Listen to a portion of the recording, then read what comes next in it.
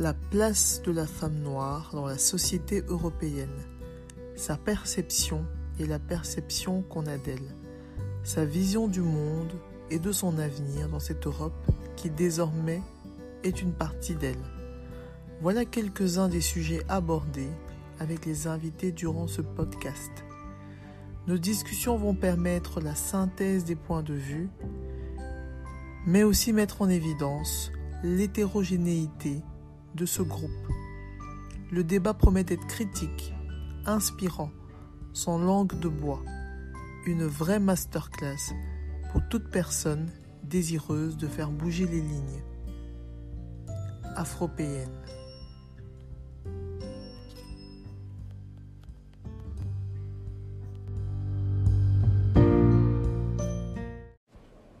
Voilà, donc bonjour Johanna.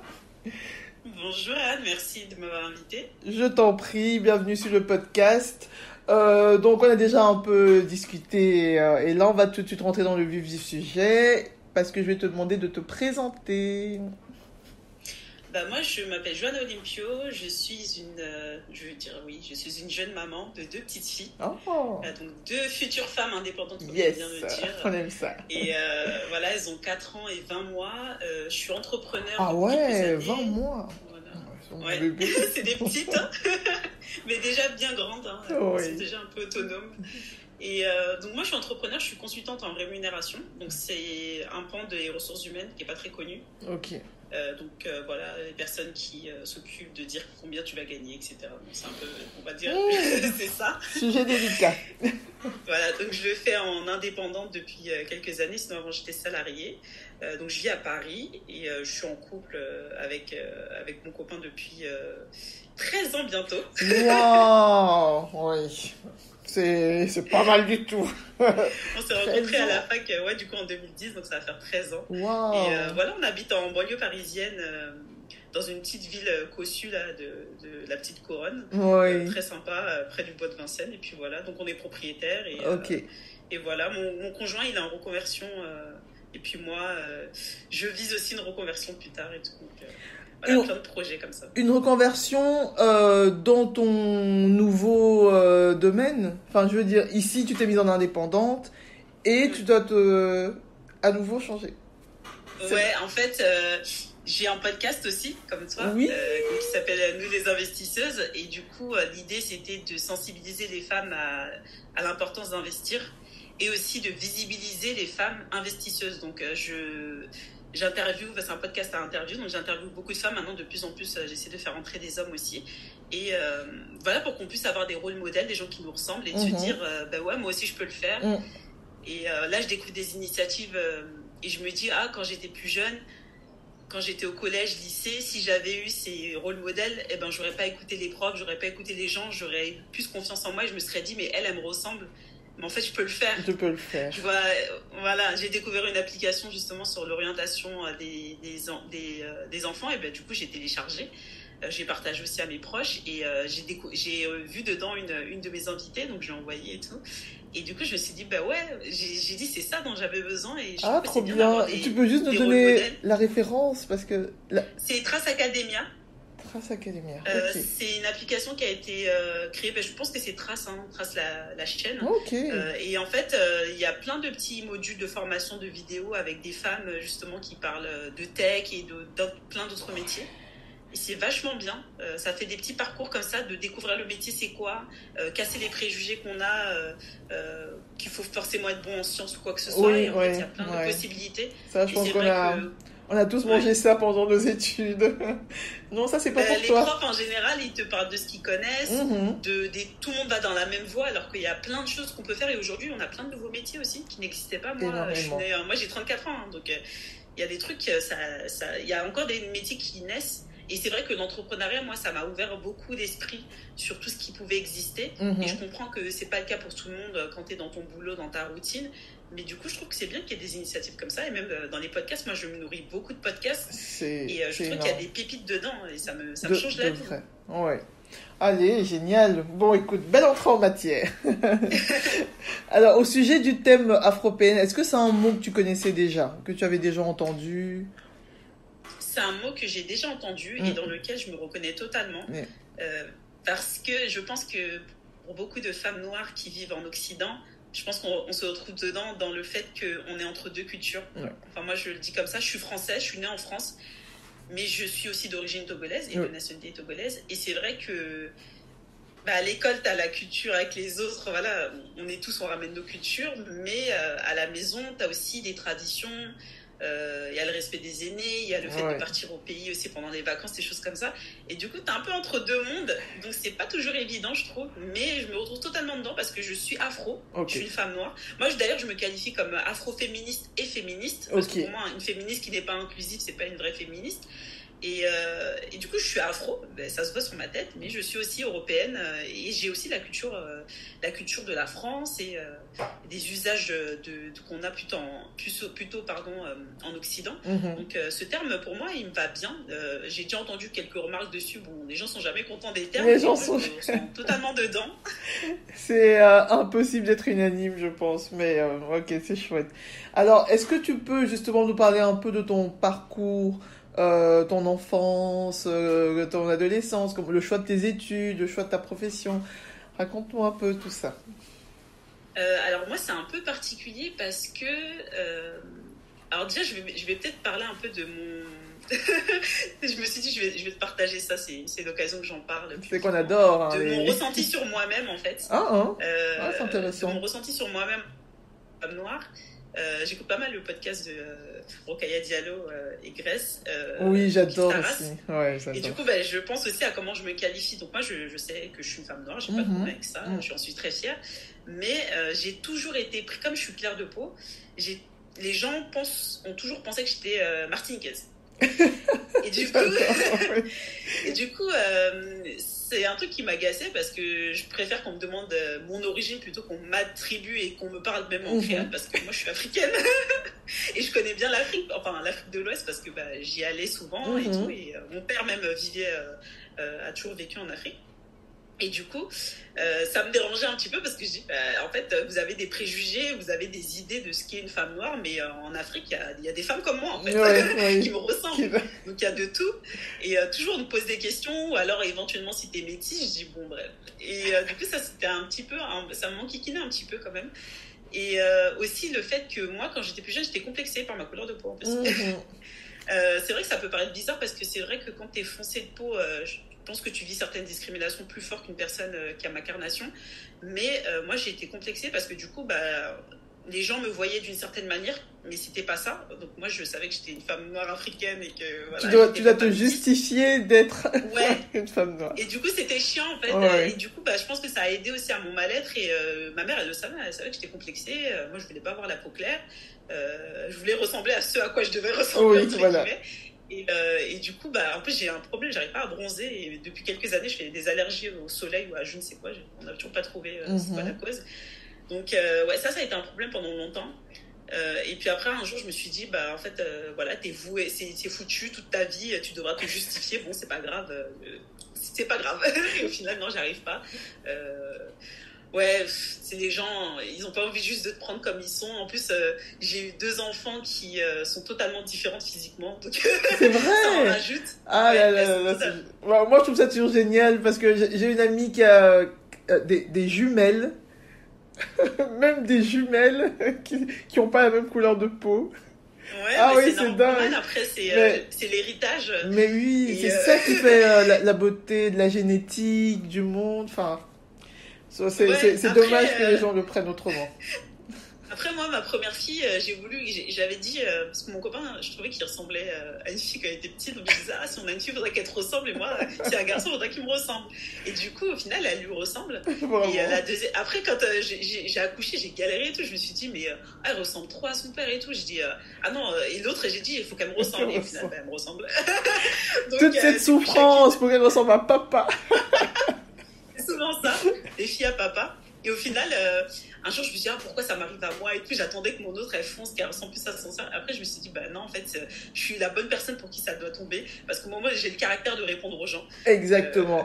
Et tu vas pouvoir aider celui ou celle qui aura le même mal-être que toi en disant, moi, je suis passé par là, j'ai déjà les réponses. Tu vois, Voilà, et c'est donc vraiment ça. les enfants c'est des enfants, elles s'aiment, c'est mes filles les deux, et je les aime pareil, et voilà, c'est la vie, c'est comme ça, on Mais fait des enfants, oui, tu choisis pas et tu dois apprendre à t'aimer comme tu es. Mais je pense que c'est le regard des autres. Tu vois, parce que toi, je pense que tu t'es jamais posé la question, mais c'est en te confrontant à l'autre qui te juge que tu te dis, bah, tiens, quoi, c'est pas. Je suis pas dans la norme. Et là, tu commences à te poser des questions, à rentrer dans du doute. Mais c'est exactement, l'autre. quand t'es enfant, t'es pas noir, t'es une petite fille ou t'es un enfant, Exactement. quoi. Et en fait, tu deviens noir dans le regard des Dans gens. le regard tu, des autres. tu deviens autre, tu deviens différent dans le regard des autres. Donc moi, c'est plutôt dans les remarques qu'elle pourrait avoir que je me prépare, et que je vais On les parle préparer pas. aussi. On parle pas. Donc c'est plutôt ça, mais j'ai du répondant, donc il n'y a pas de souci. Je Oui. sais mettre les gens à leur place comme il faut, même en entreprise. Là, je lisais un post LinkedIn sur les femmes noires qui je sais plus, je crois que c'est 66% s'ils se changent de coiffure avant d'aller à un entretien. Oui. Et j'ai dit, mais ça, c'est un truc qui m'est jamais arrivé parce que Mais moi, j'ai je le pense répondant même et je que m'assume. c'est sous-estimé, hein, ce chiffre. Je pense. Bah, ça dépend de l'échantillon sur lequel ça a été pris, mais Oui. Moi, c'est j'en vrai que suis je trouve sûre. que c'est aberrant encore aujourd'hui d'en être là, en Ouais. fait. Et pourtant, on y est encore. Franchement, je regarde un peu autour de moi sans avoir posé réellement la question, mais juste dans l'observation, je pense que ce chiffre, il est sous-estimé. Il y a encore un gros mal-être, et un gros mal-être qui n'est pas assumé. On fait genre, ouais, empowerment, ouais, on assume nos cheveux crépus, mais pas jusqu'au bout. Il y a encore beaucoup de travail à faire là-dessus. Mais Ouais, bon, je pense. ça évolue, ça évolue. Et donc, tout à l'heure, tu disais, donc, enfant, ça c'est le ressenti que tu as eu. À quel moment ça a basculé? À quel moment est-ce que tu te Alors réveilles moi et je tu te suis une dis, jeune femme déjà moi j'ai confiance en moi hum, globalement, enfin je suis quelqu'un d'extraverti, sociable et tout, et j'ai quand même du caractère. mhm, J'ai été bon, on repart sur l'enfance, mais j'ai été élevée dans une éducation très, je pense plutôt genrée déjà, genrée au féminin, mhm, et aussi ma mère, tu sais, c'est les règles, on dit bien la politesse, etc. Machin. mhm. Et moi je me qualifie comme une rebelle. C'est Je pense vrai. que je suis une rebelle au fond de moi, mais le problème c'est que j'ai eu cette éducation-là, donc du coup j'applique quand même les règles. Mais mon vrai caractère, tu vois, c'est pas, j'ai Ouais, pas t'es pas bien me docile. développer comme. Voilà, si j'avais eu carte blanche, voilà, freestyle, j'aurais été vraiment moi. Donc il y a ça. Et du coup, donc il y a ce truc-là, mais je sais que, enfin moi je me rends pas compte, mais c'est des gens qui me disent, voilà, je peux être un peu incisive, voilà, j'ai du caractère. Je me rappelle, il y avait un collègue de ma mère quand je faisais des jobs étudiants dans son boulot, qui m'avait appelé la petite effrontée. Ah Et je ouais, oui. comprenais pas pourquoi. Oui. Tu vois, je comprenais pas pourquoi, parce que en fait, j'avais rien fait d'extraordinaire, et je dis, mais pourquoi il m'appelle comme ça? Mais en fait, c'est juste que j'avais du répondant, Oui, c'est et ça. voilà, c'est pas parce que c'était un homme, un adulte, et que j'étais plus jeune que j'allais me laisser faire et ne pas avoir de répondant. Donc pour Bah, moi, ça c'est te vient normal. naturellement, tu te rends même pas compte. C'est Voilà, et ça. ben pour te donner une anecdote encore par rapport à la couleur de peau, c'est ma mère qui m'a raconté une histoire quand j'étais petite. Franchement, je sais pas quel âge j'avais, mais je devais vraiment être petite, genre moins de 5 ans ou quoi. Donc j'étais en Côte d'Ivoire. Parce que mon père, il vivait en Côte d'Ivoire et il était basé aussi avec sa société là-bas, enfin quand il était salarié. Mhm. Et je crois qu'elle m'a dit que j'étais allée au marché avec ce qu'on appelle la bonne, la personne qui était à la maison, qui Oui, s'occupait du oui, ménage et je tout. vois. Et une personne m'a demandé, oh, t'es mignonne, machin et tout, c'est ton papa ou c'est ta maman qui est blanche? La question. Et moi j'ai répondu, mon père est noir, ma mère est verte. Ah, ouais, à 5 ans, t'as dit ça? Enfin, je sais pas quel âge j'avais, mais ma mère elle m'a raconté ça, moi je me rappelle pas, et j'étais pliée de rire, je dis, mais trop du répondant, j'adore. Ah non, non, tu sais que moi, même encore aujourd'hui, je sors pas une phrase comme ça. C'est impossible. Magnifique. Ouais, ouais, c'est énorme, c'est Je énorme. suis trop fière de moi-même. Eh ben, j'aimerais franchement pouvoir envoyer un truc pareil. Mais non, c'est pas gagné. Comme quoi, c'est vraiment une question de caractère. Tu vois, ça ne s'invente pas. On l'a ou on l'a pas. Ouais, je sais pas pourquoi j'ai sorti ça, hein. Ça se trouve, j'avais en imaginaire que ma mère était verte, mais je sais pas. Mais Non, je sais pas, je pense que j'ai voulu lui répondre, je sais pas. Et c'est vrai que ma petite sœur, j'ai une petite sœur de 10 ans de moins que moi, et des fois je lui dis, ah, t'aurais dû dire ça, elle fait, ah, mais toi t'as trop du répondant et tout, moi je pourrais pas, j'ai pas pensé à dire ça. C'est pas... Franchement, moi, même encore aujourd'hui, je pourrais pas répondre. Il faut que je prépare mes réponses, tu vois. Il faut que j'écrive ce que je dois dire, et alors là, j'ai du répondant. Mais comme ça, parler, c'est... Tu l'as ou tu l'as pas? Ouais, c'est vrai. Après, c'est ton caractère. J'ai un peu, je sais pas tout le temps automatique, hein, mais des fois je me dis, ah, j'aurais dû dire ça et tout, là c'était bien sanglant. Mais par exemple, en entreprise, j'ai eu des remarques, tu vois, sur mes cheveux, mais c'était pas. En fait, moi, je suis dans une position un peu particulière, c'est que je suis noire, mais genre ça passe. Genre, les collègues blancs, ils vont dire des remarques un peu racistes, ils vont raconter des trucs, mais genre, c'est comme si je dois pas m'offusquer. Genre, moi, ça passe. Genre, non, mais elle est un peu avec nous, tu vois. Oui, mais ça c'est souvent. Hein, c'est, ouais, mais toi, t'es pas comme les autres. Hein. Tu vois, en fait, ils ne le disent pas, mais tu vois, ils vont parler de choses, de racisme et tout. Moi, je suis choquée et tout. Et en fait, c'est comme si il n'y avait pas de... Non, tu peux en parler devant Joanne, il n'y a pas de souci, ça passe. Elle n'est pas comme les autres. Elle, c'est... Ouais, je sais pas. Et tu vois, moi, là, j'ai des cheveux courts, j'ai rasé et tout. Mais à un moment, j'avais des cheveux plus longs. Et du coup, franchement, moi, je suis une paresseuse pour me coiffer et tout. C'est pour ça que j'ai coupé. J'ai 2 filles, donc franchement, flemme. Faut le temps. C'est pas un plaisir pour moi de me coiffer. Donc, du coup, j'ai préféré avoir une petite coupe courte et tout. Et à l'époque, j'avais des cheveux longs. Et des fois, je me disais, allez, c'est bon, je démêle, je me coiffe bien. Donc, genre, je lavais mes cheveux, je fais des nattes collées. Après, je lâche et tu vois, ça fait une belle touffe, un peu ondulée et tout. Et les collègues et tout, à chaque fois et tout. Enfin, franchement, c'est un truc des blancs, j'ai envie de leur dire, mais arrêtez de parler de nos cheveux, quoi. Vous aussi, vous avez des cheveux. Dès qu'il y a une personne qui change de coiffeur, vous n'allez pas lui dire, ah, t'as changé de coiffeur, c'est toujours sur les noirs, tu vois. Et du coup, il y en a une et tout. En plus, c'est une personne que j'aimais pas du tout et tout, qui avait pas été cool, une responsable et tout, qui me dit ouais, elle parle de mes cheveux, elle commence à me parler de mes cheveux dans l'ascenseur. Ok, et les gens ils me disent, et je crois que c'était elle, ouais, elle me dit, t'as fait quoi à tes cheveux? Je les ai lavés. Et après, je m'en vais. Voilà la réponse. J'avais quoi tes cheveux, je les ai lavés. Moi, j'aimerais bien être la petite souris qui regarde la tête de la personne. Et tu veux dire quoi à la personne? Je t'ai pas mal parlé, je t'ai répondu, effectivement, je les ai lavés. Et j'ai rien d'autre à dire avec toi, j'ai pas envie de discuter avec toi de mes cheveux, et voilà. Non, mais en même temps, tu vois, un caractère comme ça t'enlève pas mal de charge mentale. Hein. Tu vois, parce qu'on passe notre temps à vouloir être sympa, justifier, expliquer, éduquer, mais à un moment, enfin, vis ta vie. Et c'est comme ça, en fait, qu'on se met sur les épaules un poids qui ne devrait pas être le nôtre. Et je pense que réagir comme tu réagis, c'est moins de charge mentale. Basta. Ça m'agace, hein, je vais pas mentir, ça me saoule, mais en fait, je pense qu'il y a des gens avec qui j'ai pas envie de trop discuter. Je pense que il y a des gens qui sont pas prêts à être éduqués, tu vois, et à être décolonisés dans leur tête. Non. Donc du coup, j'ai pas envie de me fatiguer à parler avec elles. Je préfère parler avec d'autres personnes et on passe beaucoup trop de temps à essayer d'expliquer. Beaucoup trop de temps à des gens qui sont pas hein, oui, voilà. De parler de mes cheveux, elle va parler de mes cheveux avec ta collègue, mais tu me parles pas de mes cheveux avec moi. Je pourrais te parler de cheveux. J'ai des sujets intéressants à discuter. Vivement qu'on change vraiment de mindset en disant on n'est pas des éducateurs. Oui, bien sûr, si quelqu'un vient vers toi avec une envie de comprendre ou de connaître, je dis pas, il faut partager, mais en général, il faut vraiment qu'on s'enlève ce poids de il faut qu'on explique aux autres. Si les autres voulaient savoir, oui, voilà. Ils se renseigneraient, ils iraient des bouquins. Après, moi, tu sais, je suis pas girly, genre, je suis pas en train de parler de make-up, de cheveux et tout. Donc, en réalité, j'ai pas envie d'avoir cette discussion tout court parce que c'est pas un sujet qui m'intéresse. Après, j'ai déjà parlé, oui, cheveux avec des copines afro, mais c'est pas juste on donnait des conseils ou on va à une conférence ensemble. Mais parce qu'on a une même problématique. Mais sinon, c'est pas des sujets qui m'intéressent. Moi, je peux faire parler d'investissement, d'investissement, mais j'ai pas. Attends, on va y arriver. Mais dis-moi. Mais comme tu as fait tes études en France, du coup, tu as un bac. Ça, c'est toujours un truc qui m'intéresse chez les Français. Ah, j'ai un bac pro, j'ai un bac TIC. En fait, moi, j'ai pas du tout fait les études que je voulais. J'ai un bac technologique, donc c'est ce qu'on appelle, à l'époque c'était STT, donc sciences technologiques et tertiaires, option comptabilité. Oui. Que je déteste la compta.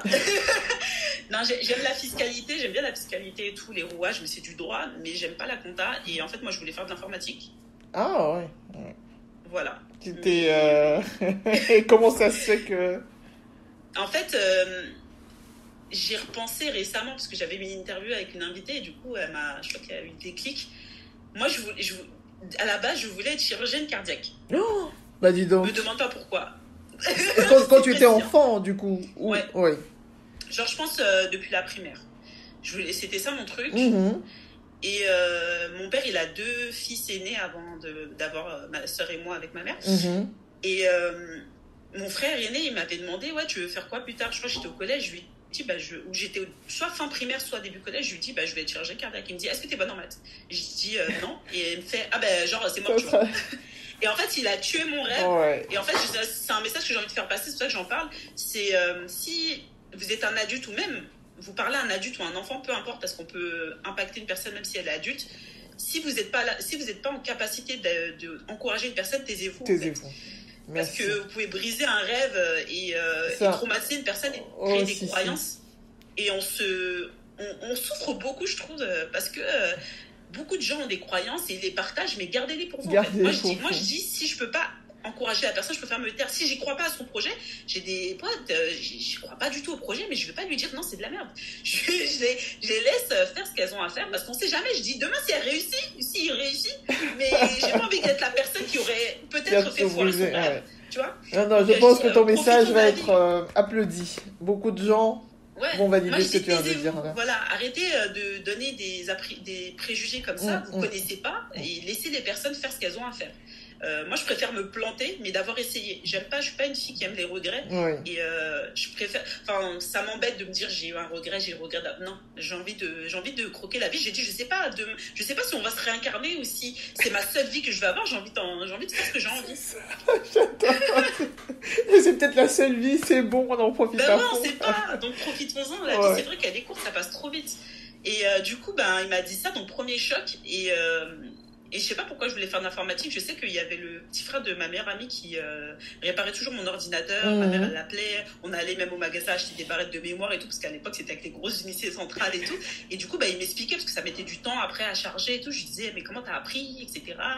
Il m'expliquait, je voyais comment il faisait, je regardais. Et peut-être c'est ça qui m'a donné l'envie de... Je me suis dit, informatique, ça me plaît bien. Ouais. Je sais pas, ça titillait ma curiosité. Oh. Et du coup, j'avais même pris option informatique en seconde et tout. Et du coup, moi, je dis, je vais faire informatique.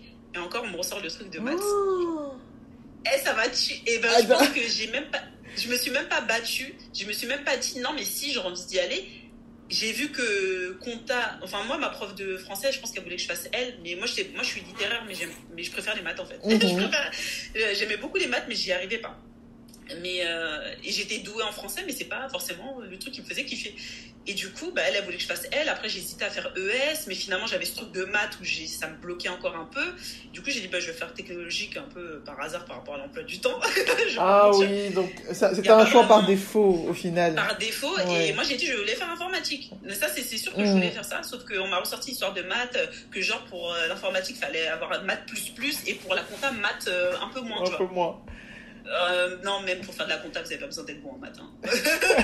Du coup, et en informatique, rien à voir. Donc, du coup, j'ai fait compta. Et honnêtement, j'ai passé mon année de première à regarder par la fenêtre pendant les cours de compta parce que ça me saoulait en fait. Ouais, oui. À la fin de l'année, je comprends un truc et je dis à ma copine et tout, ah, mais c'est ça et tout. Elle me fait, oui et tout, le plan comptable, et tout. Je fais, en fait, moi, j'écoutais pas parce que ça m'intéressait pas. Je trouvais tout de négatif. La prof, je trouvais que quand j'avais vu les 2 profs, c'était des femmes en plus. Une prof de compta, je trouvais que, ah non, elle a l'air méchante et tout. La prof d'informatique, elle a l'air plus gentille. Je trouvais que des excuses comme ça, mais je me rendais pas compte. Et quand je voyais, parce que j'étais dans la classe, on était dans une double classe, et en fait, donc j'étais en classe avec les gens d'informatique, mais quand on avait nos spécialités, chacun se séparait, on allait dans nos classes respectives.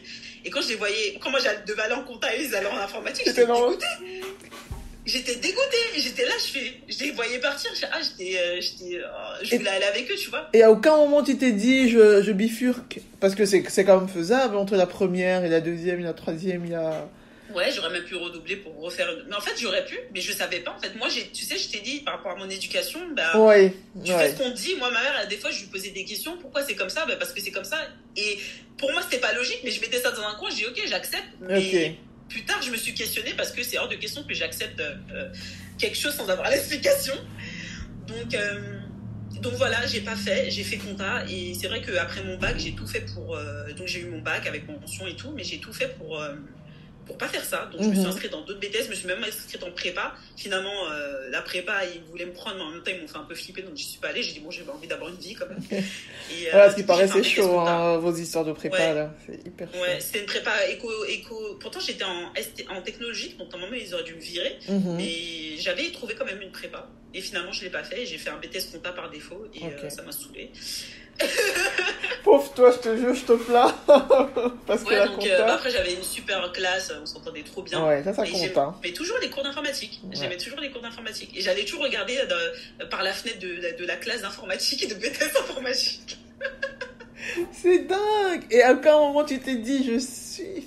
Mais non, parce que c'est maintenant que je fais la rétrospective et que je me rends compte de tout ça. Ah, d'accord. En fait, tu le vivais pas comme un poids. Tu disais, je fais juste ce que j'ai à faire. Ouais. Basta. Je subissais. Mais j'avais dit, après le BTS, tout le monde s'orientait vers ce qu'on appelle un DCG, c'est un diplôme comptable général, pour aller après jusqu'à l'expertise comptable. Et moi, j'ai dit, c'est hors de question, je veux pas être expert comptable et je veux pas faire le DCG.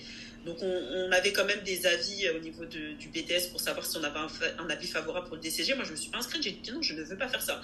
C'était le début de la révolte. Ouais, non, mais ça, c'est sûr que je voulais pas faire ça et je savais que je pouvais pas m'arrêter au BTS parce que j'allais faire de la saisie comptable en entreprise, c'était pas mon délire.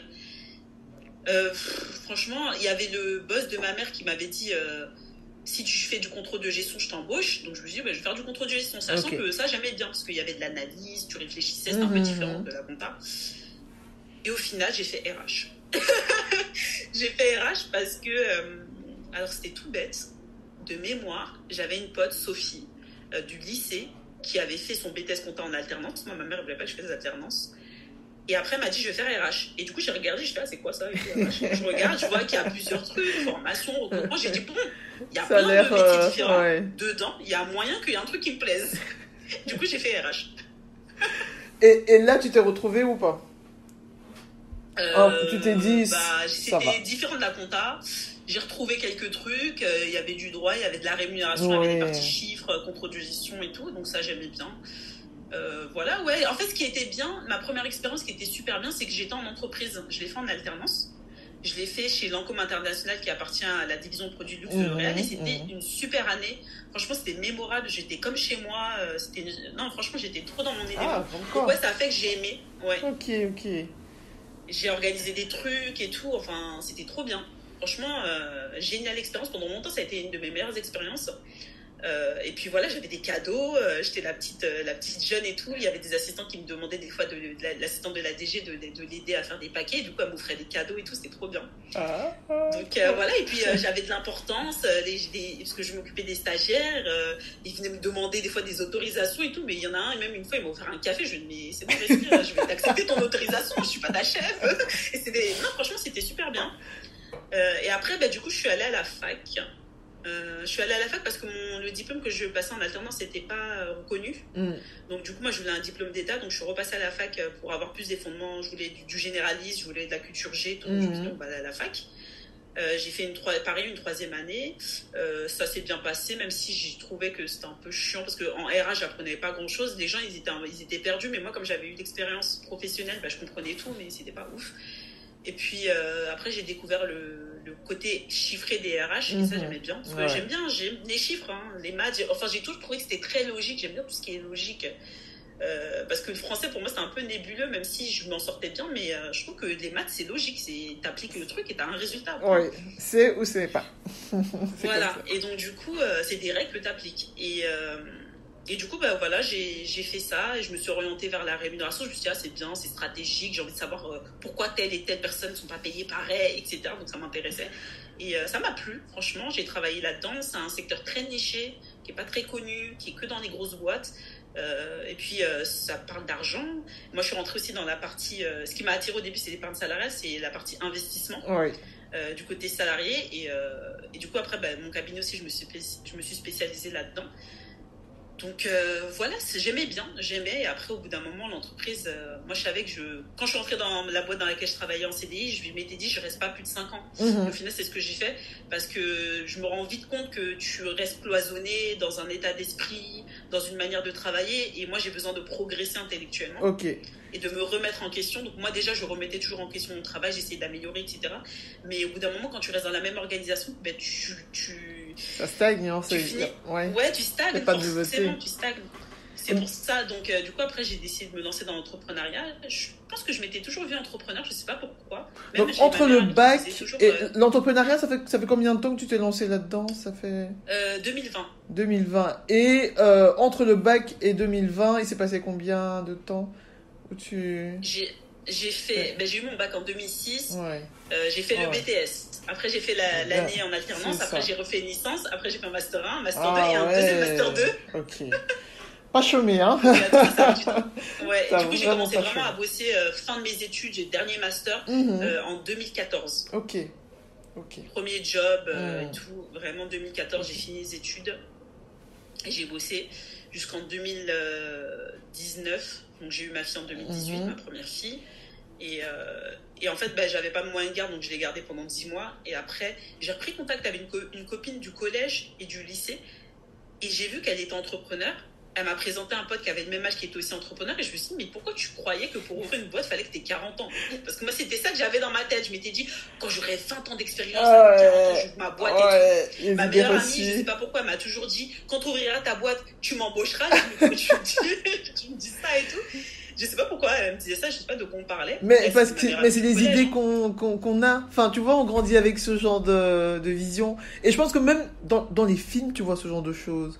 Où c'est effectivement des quarantenaires qui vont lancer des boîtes, qui vont embaucher le frère, la sœur, c'est ancré. Mais c'est des croyances, hein, parce que... Mais peut-être que jusque-là, les entrepreneurs étaient assez aguerris avec beaucoup d'expérience, alors qu'aujourd'hui, moi, je rencontre des personnes qui n'ont jamais été salariées. Oui. J'ai une copine, une amie avec qui je suis très proche et tout, qui vit pas en France. Elle a jamais été salariée. Elle a été en décrochage scolaire. Et elle a juste travaillé peut-être pour son père qui est entrepreneur. Et du coup, elle s'est toujours vue entrepreneur. Elle voulait être une businesswoman comme son père et tout. Et au final, elle a toujours été entrepreneur. Ça devient une nouvelle génération avec les réseaux, ça s'entend, ça se voit de plus en plus. Mais nous, je pense que petite, c'est ce qu'on a connu. Même dans les films, je te dis, même dans les films, c'est la représentation qu'on a. Après, je pense que ça dépend aussi de l'environnement qu'on a. Si dans son entourage, on n'a que des salariés, ça n'aide pas forcément à se projeter sur autre chose parce que tes parents vont te dire il faut être fonctionnaire ou alors il faut avoir un CDI. Moi, je sais que ma belle-mère, à chaque fois que mon copain il change de job, elle demande cette fois-ci c'est pour de bon parce qu'elle est en panique. Je dis et moi je rigole, je dis elle est pas prête. Je dis le gars il va faire son temps, après il va se barrer encore. Parce que c'est comme ça aussi, si tu veux augmenter ta rémunération, si tu veux des missions plus intéressantes, on bouge en fait, mais c'est pas grave. Elle demande c'est un emploi pour la vie, c'est pour la vie. Mais c'est une génération qui a eu un emploi pour la vie, on rentrait dans une société et on faisait sa carrière, tu vois. Donc oui, changer tous les 3 ans, tous les 5 ans, c'est ça stresse les parents, hein. Ça stresse les parents à voir. Les pauvres. Et je pense que nos enfants nous feront des trucs pour lesquels on n'est pas prêts, hein. On rigole, mais... Je serais trop contente, j'ai envie de les laisser prendre leur zèle et allez-y, faites ce que vous avez à faire. Moi, j'aimerais trop que mes enfants elles soient artistes ou qu'elles fassent c'est ce que je me dis aussi. Ou des trucs de fou comme ça. C'est ce que je me dis aussi, mais je me dis on a l'impression qu'on est hype et tout, qu'on est hyper ouvert. Je dis attendons que nos enfants aient 20 et 30 ans et puis on verra. Je pense qu'on va prendre forcément, cher. je pense qu'on les influence. Hein. Moi, là, dans quoi je vais m'orienter, forcément, elles vont voir. J'aimerais bien qu'elles fassent ça, mais en réalité, fais ce qui te plaît. Hein. Des fois, on te dit, il y a des médecines, non, tu vas pas trouver de travail et tout, alors qu'au final, non. Il y a des gens, par exemple, dans le domaine de l'art, il y a des débouchés, il faut arrêter de croire. Il faut juste être malin, c'est tout. Doué, déjà, parce que parfois, je vois des trucs... Mais pas forcément, tu sais, tu vois, je suis allée à une exposition NFT la semaine dernière, et les nanas, c'est des galeristes. Mais t'es pas forcément obligé d'être artiste, en fait. Ah oui, non, je dis, parfois, je vois des expos avec des œuvres, et je me dis... Enfin, c'est nul, quoi. Ça te parle pas? Non, parfois j'ai du mal. Et comme parfois tu es ébloui devant une peinture ou une sculpture, Enfin, ouais, je sais pas. Je pense qu'il faut quand même être doué. Il faut avoir de la chance aussi. Parce que il y a des artistes qui sont hyper doués, mais qui sont jamais mis en avant. Dans le podcast, justement, j'avais interviewé Dafa, qui a monté sa galerie, un peu une galerie itinérante, comme ça. Et elle met en avant D'accord. uniquement l'art contemporain africain. Ah, Mais du génial. coup, elle va dénicher les gens sur le continent. Mais ces gens-là, autrement, enfin voilà, ils peuvent rester des années à faire des choses magnifiques que La personne ne voit. visibilité, c'est hyper important. Oui. Et effectivement, il y a des talents exceptionnels. Et c'est vrai que grâce aux réseaux sociaux, tu en découvres. Je sais pas si tu connais Ah ouais. Boubou. Je crois que c'est Boubou Design. C'est un gars qui fait des peintures de fou, mais à l'envers et tout. Enfin, Ah même oui, si, sur le si, continent. j'ai vu. Ouais, mais c'est juste un truc de Oui, fou. oui, oui. Et par exemple, je suis allée à Gorée, j'y vois des artistes, même au Gabon, donc c'est le pays d'origine de mon copain. Et je dis, mais c'est talentueux, ils font des trucs, c'est Talentueux, incroyable. Je dis, mais ouais. j'ai envie qu'ils soient connus. Je dis, mais c'est magnifique. Et là, j'avais fait une newsletter sur l'art et j'avais fait un peu en introduction, j'ai parlé d'une œuvre gabonaise qui avait été vendue des millions, elle avait été volée. Et je me dis, mais l'art africain est exceptionnel. Exceptionnel. Exceptionnel, Oui, oui. vraiment. Vraiment, Moi, je suis vraiment. pas une personne du milieu de l'art, mais tu vois que c'est exceptionnel. Les matières utilisées, la technique. Mais il y a des gens qui devaient être millionnaires juste avec leur art. Eh oui, qui devrait. Qui devrait. Et ce qui fait très peur, c'est que, comme pour beaucoup de choses sur notre continent, il n'y a pas vraiment de protection. Protection des œuvres, protection de, comment, je sais pas Il n'y a moi, pas la de, réglementation oui, qui pas de encadre tout ça, réglementation. exactement. Et donc, je pense que ces artistes vont énormément se faire voler leur propriété intellectuelle. Ça va se faire énormément Mais jusqu'à même ce sur la que, mode, hein, oui, la mode. Ouf, oh là là, ouais, là, je pense que j'ai lu on est en encore plein dedans. telle marque. C'est une amie qui me disait qu'elle a découvert que Louis Vuitton avait copié, Ouais, s'était inspiré ouais. de motifs africains pour faire. Je dis, mais ça m'étonne pas parce que ça, c'est vraiment de chez nous en fait, les motifs, la couleur. Mais bien sûr, et c'est mort.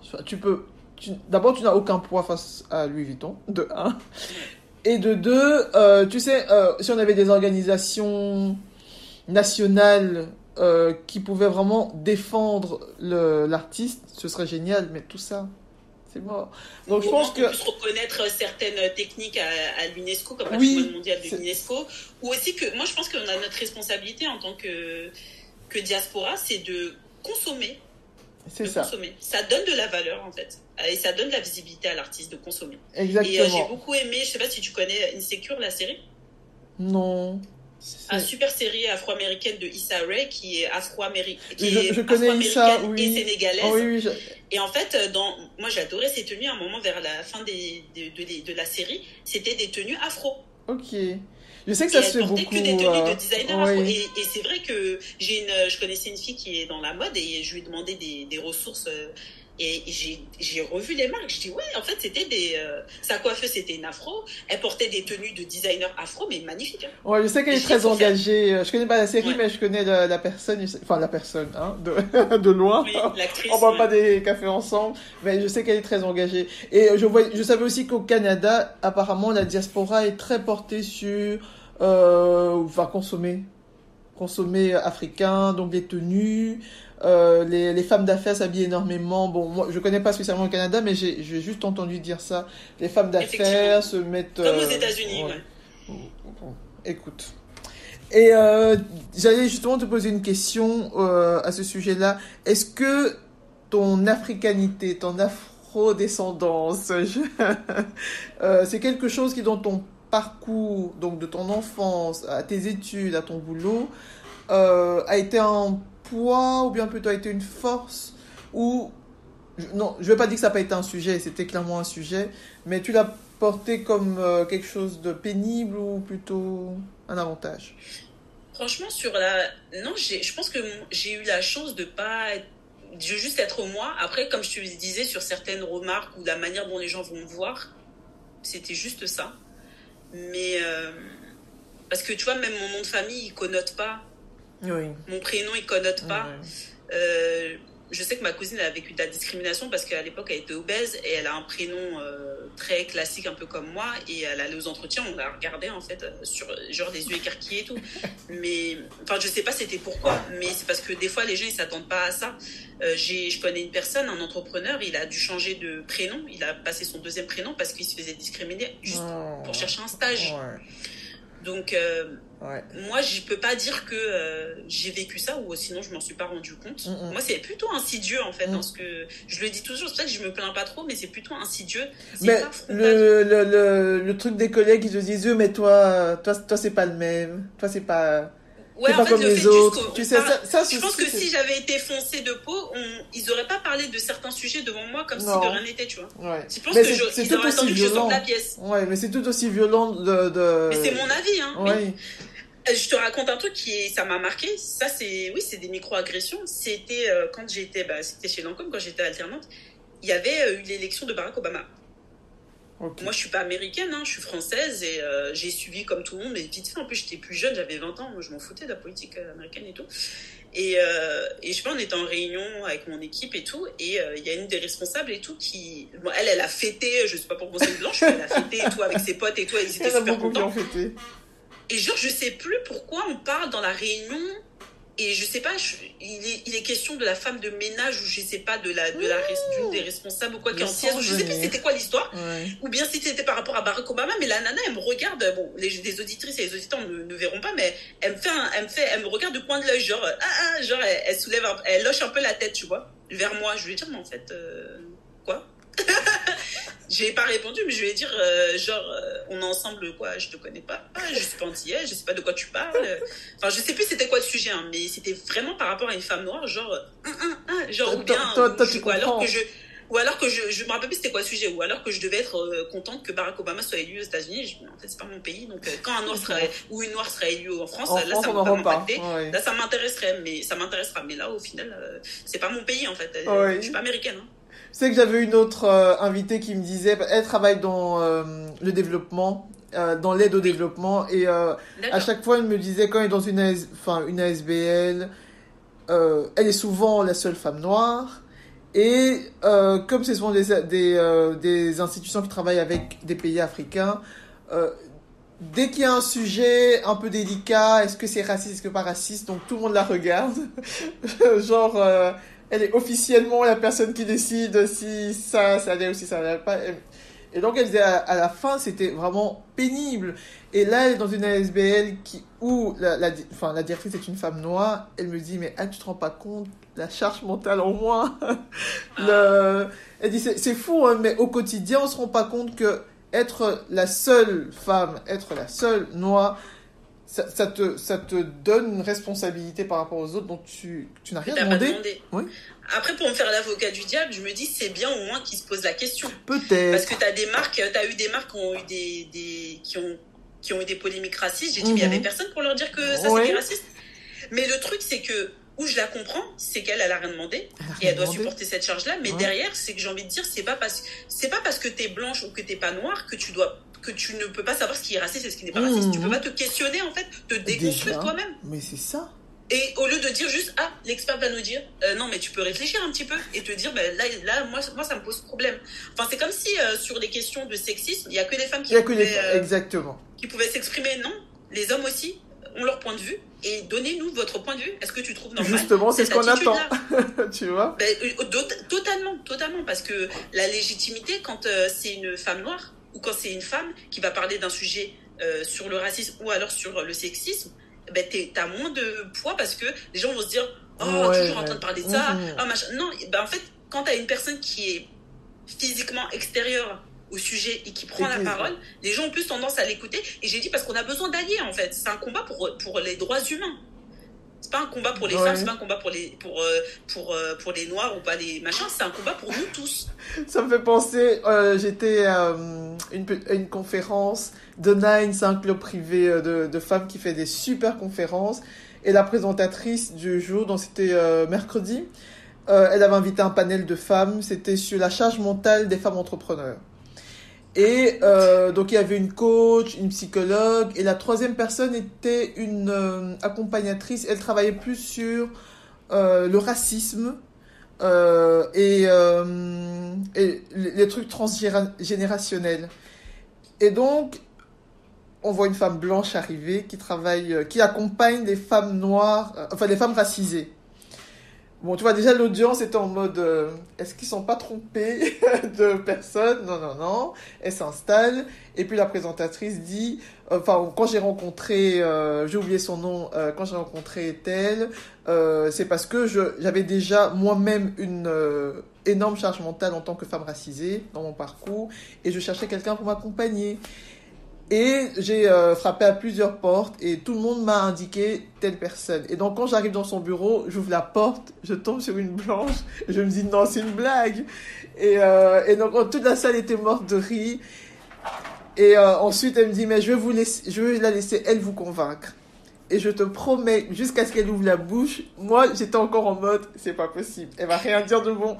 Tu vois, même dans tous les sens on a des préjugés. Dans tous les sens de dire mais une blanche peut accompagner, à partir du moment, comme tu dis, ouais, c'est déconstruite, ouais, faire un travail sur elle-même, bah, c'est une coach. Elle peut accompagner tout le monde. Et effectivement, elle répondait aux questions, tu sentais la prise de distance, tu sentais le travail qu'elle avait fait sur elle-même. Et je pense que même moi, j'ai pas encore fait ce travail-là.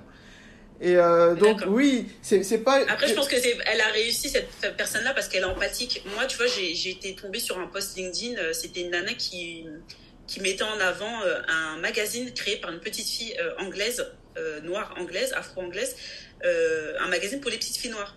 Parce que du coup, elle se reconnaissait pas dans les magazines qu'elle lisait. Ouais, j'ai trouvé ça génial. On a commenté et tout. Et t'as une espèce de psychologue, soi-disant auteur, machin, qui est en manque de reconnaissance, qui met un commentaire et je lui dis non, mais c'est bon. Je lui dis, c'est un magazine. On a les petites filles et les femmes noires n'ont pas les mêmes problématiques que les blanches. On n'a pas les mêmes cheveux, on n'a pas la même peau. Et derrière, on a besoin de plus s'hydrater la peau, etc. Donc ça, c'est des magazines féminins, comme les magazines féminins, quoi. Et elle est là à dire oui, on va pas commencer à créer des trucs. Je dis mais ferme ta bouche. Et après elle commençait à raconter, parler elle citait des études. J'ai dit moi déjà les études ça marche pas avec moi parce qu'une étude ça veut rien dire. T'as des études qui se contredisent tout le temps. Parce que déjà, le chercheur, il va aller chercher un résultat et pas autre chose. Il va dans une voie, il va pas dans toutes les voies, c'est normal. Il suffit de faire toi-même une étude et tu comprends à quel point ce truc c'est une vaste blague. Et elle m'avait saoulée parce qu'elle te sortait des études. Je dis, mais arrête avec tes études. C'est comme si, bon, aujourd'hui, vient et dit, les magazines féminins n'ont pas lieu d'être, on doit faire des magazines unisexes. Exactement. Mais non, parce que les problématiques ne sont pas les mêmes. Et là, j'ai pas compris pourquoi elle est venue ramener sa fausse science. Parce que la petite fille noire n'a pas le même vécu que la petite fille blanche en Occident. Oui, mais c'est ce qu'on parlait des communautés. Les problématiques encore en Afrique sont encore différentes. C'est encore différent. Mais dans ce que les je veux dire, îles, c'est que moi, quand j'étais plus jeune, j'achetais des magazines afro. Mais c'est normal, je vais aller chercher les produits qu'on me propose qui sont adaptés à ma peau ou les histoires et tout, mais parce que ça me concerne. Mais il y en a qui comprennent pas ça. Mais je lis aussi d'autres types de magazines. Mais ce que je veux dire, c'est que je suis désolée, je vais pas aller acheter un produit, une marque pour les cheveux lisses alors que j'ai les cheveux crépus. Enfin, au bout d'un moment. Il y en a qui comprennent pas ça. Ou qui veulent pas. Ou ouais, mais elle était à fond dans sa science et tout. Et en fait, moi j'ai dit, bon, j'arrête de lui répondre parce que je lui ai dit, en fait, en gros, il n'y a pas à discuter avec elle, elle est bornée et tout. Je lui ai dit, bon, en fait, vous, machin. Tu vois, ça, c'est le côté réseaux sociaux que je trouve insupportable. Ouais, mais c'était sur LinkedIn, mais c'était une espèce de psychologue qui était grave relou parce qu'à chaque fois, elle venait dans les posts et elle racontait sa life. Et du coup, moi, j'ai essayé de rester très cordiale, polie et tout. C'était au tout début quand j'étais sur LinkedIn. Et il y a une autre nana qui est venue, qui a dit, mais il y en a toujours une qui est là pour se la raconter, machin. Et elle l'a ramassée. Et la meuf, elle a plus répondu. J'ai dit, j'étais trop contente, j'ai dit c'est bon. Ouais. Elle en avait marre, elle a été obligée d'être frontale avec elle. On disait il y a toujours quelqu'un qui vient ramener son truc alors qu'il y a une bonne initiative, tu viens raconter tes trucs, remettre en question et du coup elle l'a cassé. J'ai dit c'est bon, on va plus l'entendre. Ouais, on va plus l'entendre. En fait, peut-être qu'elle ne viendra plus poster sur des posts comme celui-là, mais elle a sa communauté. Mais elle faisait tout le temps ça en fait.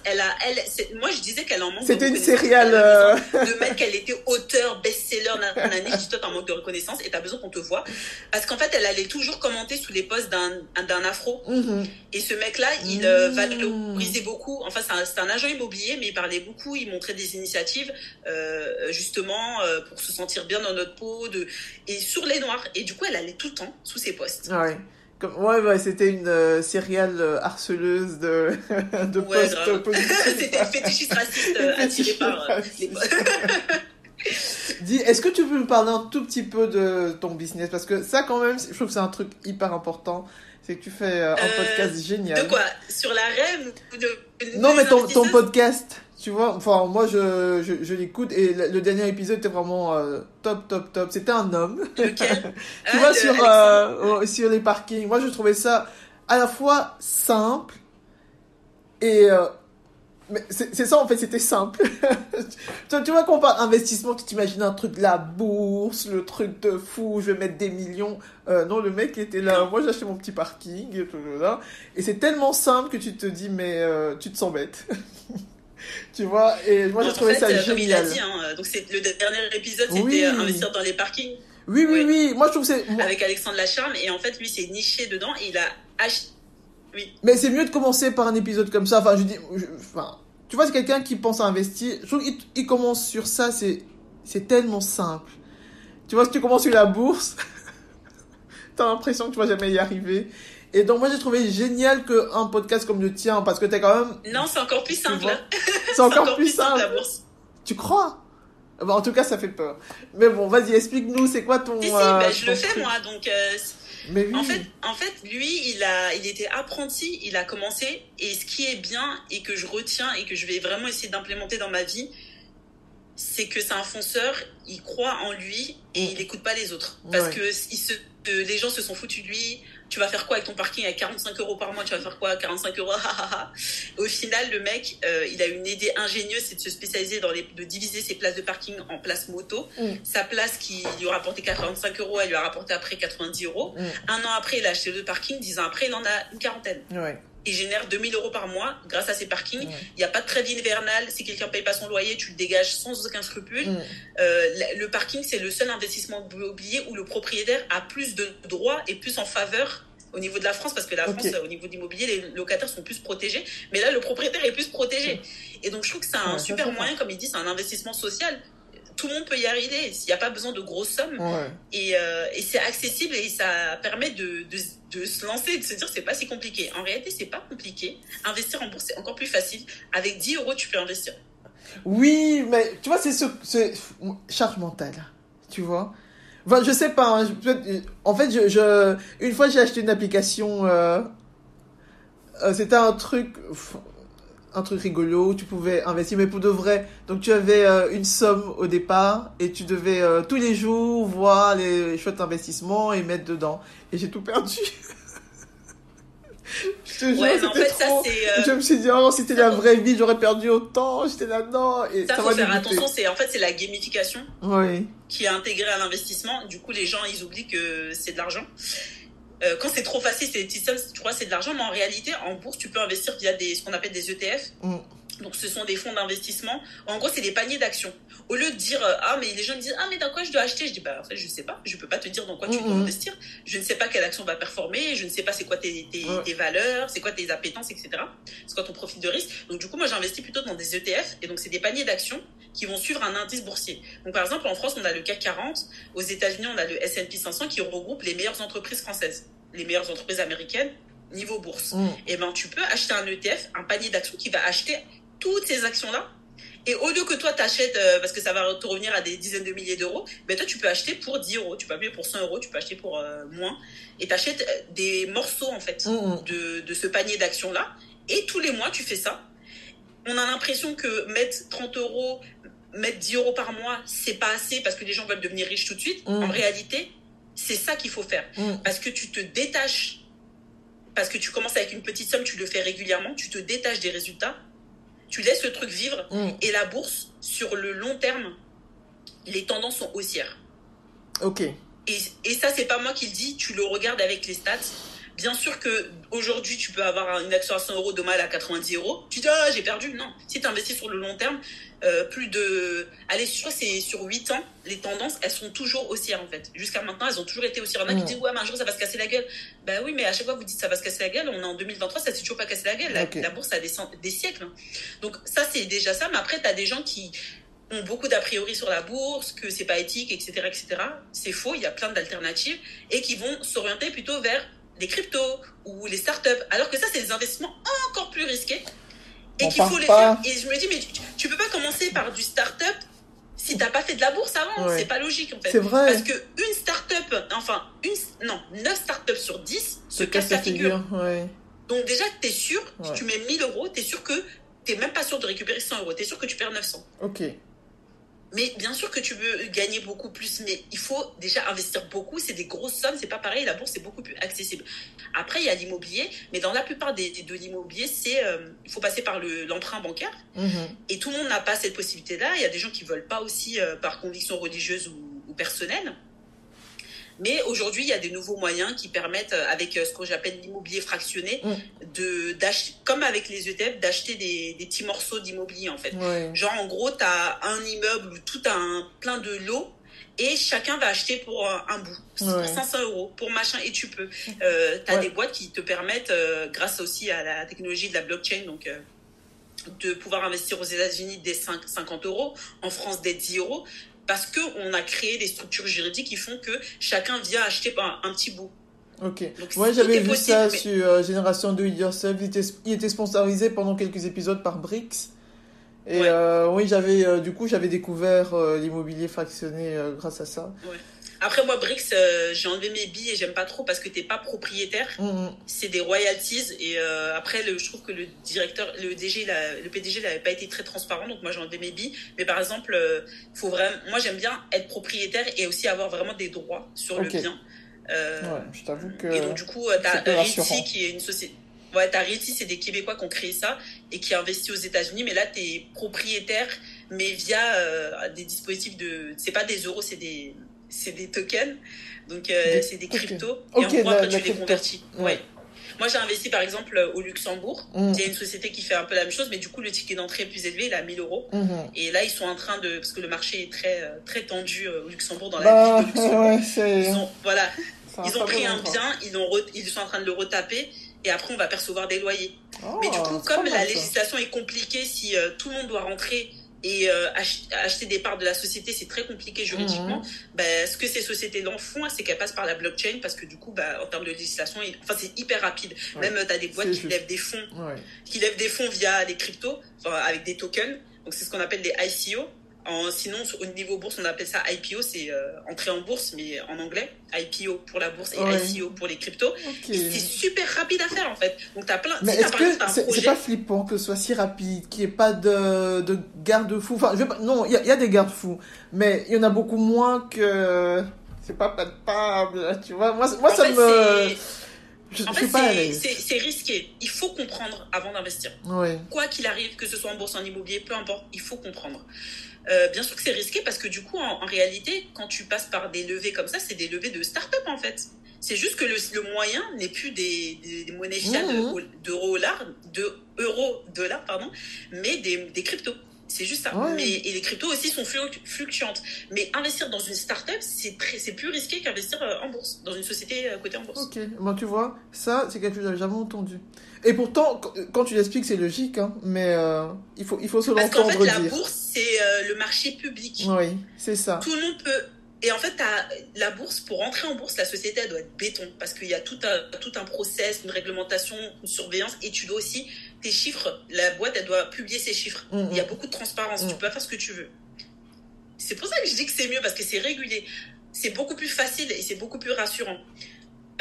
Sur les startups, moi, j'ouvre ma startup, t'investis dedans. Qu'est-ce qui te prouve que ton investissement va être rentable? Puisque je te dis que 9 startups sur 10 se cassent la figure. Je dis pas qu'il faut pas investir dans les startups, mais je comprends bien riche. Oui. Et que c'est beaucoup plus risqué. Et que ça demande aussi des tickets d'entrée beaucoup plus élevés. Mais c'est des sommes des 20 000 euros pour les startups. Après, c'est pour ça que se sont créés des clubs d'investissement qui se regroupent, plusieurs personnes se regroupent pour investir ensemble. Ah ouais, c'est la folie, hein. C'est la folie. Voilà. L'immobilier, c'est encore un truc de les parkings, moi je trouve que c'est vachement chouette. C'est pas mal. Il disait, Alexandre, que lui, il avait pas mal de femmes et il avait des étudiants aussi comme lui. Il était apprenti. Il a vidé tout son livret A et il a acheté son truc et voilà. Ouais, c'est drôle. Et la fois passée, je regardais une émission et t'avais un jeune qui achetait de l'immobilier en crypto. J'étais là, mon enfant. Ouais. Mais c'est le truc dont je te parlais. On peut tout faire, ça se mélange. Et là, je me sens vieille. Je me sens vieille parce que je me dis... Non, mais je te jure, je me dis, je suis larguée, je suis dépassée. J'ai même pas encore compris les cryptos, qu'on achète déjà l'immobilier en crypto. Je me dis... En fait, c'est pas que t'es vieille, c'est que je pense qu'il y a des jeunes qui savent pas non plus. Ou il y a les jeunes, tu les vois, ils investissent beaucoup dans les cryptos, ça veut pas dire qu'ils comprennent. Et c'est des nouveaux usages qu'on va... J'ai des épisodes qui arrivent justement sur le Web3 et sur les cryptos. Mais c'est juste... C'est des choses qui existent déjà, en fait. C'est juste qu'on va utiliser la technologie pour faire différemment et pour améliorer. Ouais. C'est juste ça. Et pour se faciliter la vie. Parce qu'aujourd'hui, tu veux acheter un bien immobilier... tu vas visiter, tu peux pas chez le notaire, le prêt bancaire, nanani, nanana, c'est ça en fait. Ou alors tu vas créer une société, donc chez nous en France c'est la SCI, Société Civile Immobilière, à plusieurs vous allez mettre, vous allez acheter, nanani. C'est ça, mais sauf qu'avec la technologie, ça va être, tu vas pouvoir faire les choses différemment. Parce qu'aujourd'hui, investir dans une boîte, c'est des process, c'est du juridique, c'est lourd, ça coûte cher. Et donc forcément, quand tu vas passer par des process comme ça, où il n'y a pas à te casser la tête, à aller chez le notaire, à faire je sais pas quoi, en fait, en gros, l'immobilier fractionnel, là, donc c'est ce qu'on appelle la tokenisation de l'immobilier, donc ce dont tu parles, investir dans l'immobilier avec la crise des cryptos, c'est qu'en gros, tu as une société qui va acheter un bien ou plusieurs biens, et toi, tu vas acheter des parts de cette société. Et moi, je vais acheter des parts de cette société. C'est ça.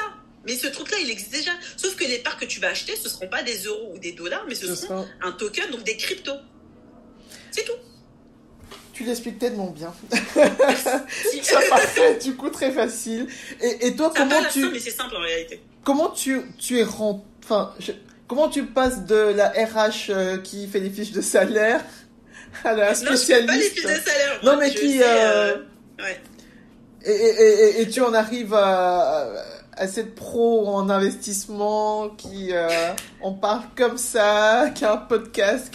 Qu'est-ce qui s'est passé? En fait, c'est partie de ma problématique personnelle, comme souvent c'est le cas.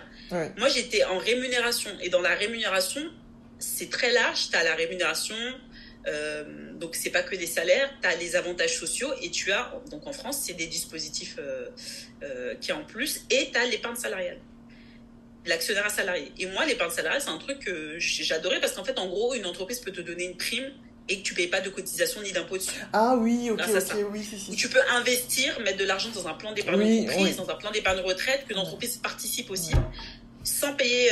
tu vois, c'est ça en fait. Et du coup, c'est de l'investissement, hein, parce que tu mets de l'argent en bourse. Hein. Dans des fonds, en tout cas. Mais tu sais, quand tu es salarié, tu le sais pas. Tu t'en rends même pas compte. Tu fais comme tout le monde. C'est un investissement hyper passif. Ça ne te... Mais c'est de la bourse. Ça ne t'éduque pas. Ça ne t'éduque pas à investir. C'est l'entreprise qui fait ça pour toi, qui comprend ce qui se passe. Et c'est dommage parce que on pourrait impliquer plus les salariés. Moi, je l'ai fait à ma petite échelle parce que mes collègues venaient tous me voir pour me demander. Mais c'est vrai que c'est pas encore bien compris. Et de toute façon, je le dis, hein, la réglementation en France est hyper compliquée. Donc, c'est pas toujours simple de comprendre parce qu'il y a plusieurs dispositifs et chacun a ses particularités. Et donc du coup moi ce sujet-là je me suis passionnée de ça quand je suis arrivée chez Lancôme et que j'ai eu je gagnais 700 € et je me suis pris une prime de 4000 € de participation intéressement alors que j'avais fait que 9 mois. J'étais ouf, je dis mais on donne de l'argent comme ça, c'est trop bien. Où est-ce qu'on signe? Je re-signe. Ah mais les autres personnes, moi j'avais des collègues qui gagnaient le SMIC parce qu'elles étaient en alternance, elles étaient plus âgées, elles avaient 7000 €. Oh purée. C'était fou. C'était fou. Ouais, là on comprend tout l'intérêt. Voilà, du coup, je me suis intéressée à ça et voir les rouages et tout. Et du coup, j'allais toujours dans des boîtes où il y a de l'intéressement. Je regardais, etc. Participation, le PE, combien vous abondez, est-ce que l'entreprise participe, etc. Et du coup, je me suis passionnée de ce sujet-là. J'ai travaillé aussi dedans. Et donc, moi, l'erreur que j'avais fait, c'est que j'avais pas d'éducation financière. J'avais entendu parler à un moment de l'assurance vie en France. Ouais, placement préféré des Français. Mais je dis, je vais en ouvrir une. Ma mère, elle m'en avait ouvert une dans la banque traditionnelle à laquelle on était. Et il y avait juste 90 € dedans. Donc je dis, je vais commencer à mettre tous les mois. Et je comprenais pas. Je voyais je mettais de l'argent, mais il y avait moins qui était investi. Je comprenais pas. C'était des frais. Et au final, ça rapportait pas. Je comprenais pas le truc. Finalement, j'ai fermé ce truc. Ça a été une galère 6 mois pour fermer le contrat. Et en 2020, donc moi ce que j'avais fait, c'est que j'avais blindé mes livrets d'épargne. Ils étaient au max. J'économise beaucoup. Je gagnais bien ma vie. J'économisais, je crois, à peu près 800 € par mois. Donc je mettais. Et tout le reste était dans mon plan d'épargne d'entreprise. Ok. Parce que j'avais une très belle participation. Donc chaque année, je mettais, je crois, 5 000 euros. Et l'entreprise rajoutait 2 400 euros, puisque j'avais aussi des réductions et tout. C'était super intéressant. Et c'est grâce à cet argent-là que mon conjoint et moi, lui aussi, il avait des plans d'épargne d'entreprise. On a débloqué de l'argent, on a pu constituer notre rapport pour acheter notre résidence principale. Donc au bout de mi-2014, en plus la première année, j'ai pas mis grand-chose, à 2017, j'ai débloqué 19 000 euros. Ouais. Mais toi, quand tu en parles, on sent vraiment que tu es active. Mais moi, j'ai des salariés autour de moi. Moi, je suis pas salarié, mais j'ai des salariés autour de moi. J'ai pas l'impression. Oui, ils savent que l'entreprise fait quelque chose pour eux. Tu vois, mais c'est vraiment ça. Moi, j'ai l'impression que c'est comme ça qu'ils le vivent. Il y a quelque chose qui est fait, si jamais. Mais toi, quand tu en parles, t'es vraiment. Allez. Ouais, moi, je suis active parce que ça me plaît. Et après, très honnêtement, je sais que j'avais une autre collègue et les personnes qui avaient mon âge, les plus jeunes. Nous, on savait que, allez, il faut blinder, il faut remplir le plan d'épargne d'entreprise pour pouvoir débloquer pour acheter notre résidence principale. C'est fou. Parce que nous, c'était notre but. Donc, c'était notre stratégie. En fait, on mettait au max, on mettait, parce qu'on savait que l'argent, normalement, il est bloqué 5 ans. Et non, et bon, moi, dans mon entreprise, c'était 7 ans. Mais je savais qu'il n'allait pas rester 7 ans parce que je savais que je voulais acheter, en fait. Ouais. Donc, j'ai débloqué une première fois. Après, j'ai remis encore de l'argent. Je continue à mettre. J'ai aussi, mon entreprise m'a donné des actions. J'en ai encore là, cette année que je pourrais débloquer. Et donc, du coup, c'est grâce à ça, ça permet de faire d'avoir du patrimoine, du matrimoine. Donc, un gros portefeuille. Moi, je dis matrimoine parce qu'on a aussi des choses à léguer, nous. Oui. Et, mais c'est pas encore un terme qui me convient bien parce qu'il est pas inclusif parce que matrimoine, ça part de maternité et toutes les femmes sont pas mères, donc bon, ça inclut pas encore tout le monde. Ouais. J'aimerais bien un terme épicène, plus neutre. Et du coup, en fait, en 2020, on connaît tous, il y a eu la crise Covid. Et moi, j'ai été trop gourmande. En fait, quand j'ai quitté la boîte, comme j'étais plus dans la boîte, j'étais moins engagée et je savais qu'il y avait des problèmes de gouvernance et tout. Donc, je voulais débloquer tout mon argent et en faire ce que je voulais. Et en fait, j'ai été gourmande parce que je dis, j'avais demandé à débloquer, je dis, à 145 euros, je vends l'action.